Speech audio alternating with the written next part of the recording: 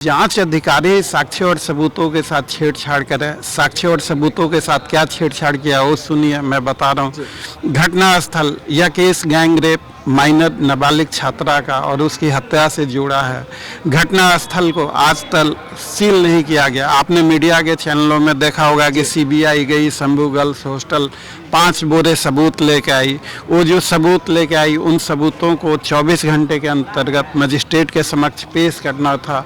उन 5 बोरे में से उन बोरे का कोई भी साधारण सा एक भी कागज आज तक अदालत में जमा नहीं किया गया। तो आखिर वो सबूत कहाँ गया? सीबीआई ने उनका क्या किया?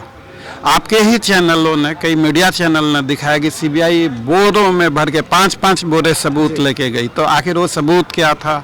उन सबूतों की इन्वेंट्री क्या थी? और वो सबूत अगर कुछ थे तो अदालत में क्यों नहीं दाखिल किए गए? अदालत में उन सबूतों को दाखिल करना मैंडेटरी है। दूसरा, सीबीआई ने जो आज की डेट में मोबाइल फ़ोन जन कुंडली होता है, मनीष रंजन के नाम से 3 मोबाइल फ़ोन है। उन मोबाइल फ़ोन की hash value, integrity test, data कोई डिलीट हुआ कि नहीं हुआ, फॉरेंसिक एग्जाम, ये सब कुछ भी नहीं किया गया है। आजकल कोई भी अपराधी मोबाइल से डायरेक्ट बात नहीं करता, वो व्हाट्सएप के जरिए बात करता है। तो व्हाट्सएप चैट डिलीट कर दी जाए तो जब तक फॉरेंसिक एग्जामिनेशन हैश वैल्यू के साथ नहीं होगा तब तक यह पता नहीं लग सकता। तो सीबीआई जो अभियुक्त है उसके मोबाइल की कोई जांच फॉरेंसिक नहीं करवा रही है, डिसीज के मोबाइल की कोई फॉरेंसिक जांच नहीं करवा रही है। तो यह केस अननोन लोगों के, अज्ञात लोगों के खिलाफ है और परिस्थिति जन्य साक्ष्यों पर आधारित है।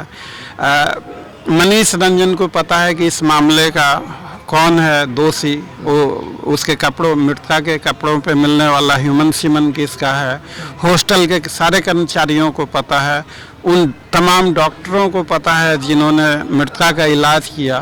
तो यह केस हर लेवल पे कंप्रोमाइज हो चुका। बिहार पुलिस का लेवल हो, चाहे सीबीआई का लेवल हो, चाहे डॉक्टरों का लेवल हो, तो इस केस में कोई भी नहीं चाहता कि मृतका को इंसाफ मिले, सत्य की जीत हो।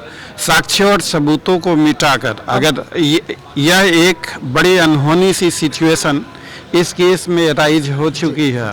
अब आगे क्या कीजिएगा? अगर मनीष रंजन कल रिहा हो जाते हैं, वो बाहर आ जाते हैं जेल से, फिर आगे की आप लोगों की रणनीति क्या है? क्योंकि रास्ते बड़े कठिन हो जाएंगे फिर आप लोगों के लिए। देखिए, इंसाफ की लड़ाई जब रसूखदार लोगों से हो तो रास्ते अपने आप ही कठिन होते हैं। हम लोग अंजाम से नहीं घबराते, अपने अंतिम सांसों तक इंसाफ और सत्य के लिए लड़ते रहेंगे। आगे की रणनीति क्या रहेगी इस केस में? हम लोग कंप्लेंट केस फाइल करेंगे, उन पे विचार करें और तमाम जो कानूनी पहलू है उन पे भी विचार करें।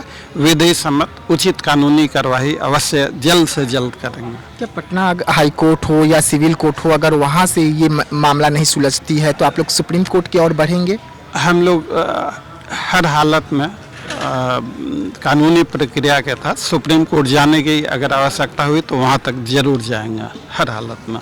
चलिए, देखिए, मामला बहुत बड़ा है, मामला बड़े लोगों से जुड़ा हुआ है, लगातार ये वकील साहब दावा कर रहे हैं। लेकिन अब तक इस मामले में जांच एजेंसियां जो है सिर्फ लापरवाही बरत रही है और इसको लेकर कई बार जज साहब की ओर से एजेंसियों को फटकार भी लगाया गया है। लेकिन अब तक चार्जशीट दाखिल नहीं हुआ है। कल मनीष रंजन को हो सकता है कि बेल मिल जाए और मनीष रंजन जो है बाहर आ जाए, लेकिन पीड़िता को इंसाफ कैसे मिलेगा, ये बड़ा सवाल जो है अब बिहार में खड़ा हो रहा है। ऐसे में देखना होगा कि कल क्या कुछ नीट मामले से निकल कर बाहर आता है। तो ऐसे तमाम खबरों के लिए बने रहिएगा देशवा न्यूज के साथ। दीजिएगा इजाजत। धन्यवाद।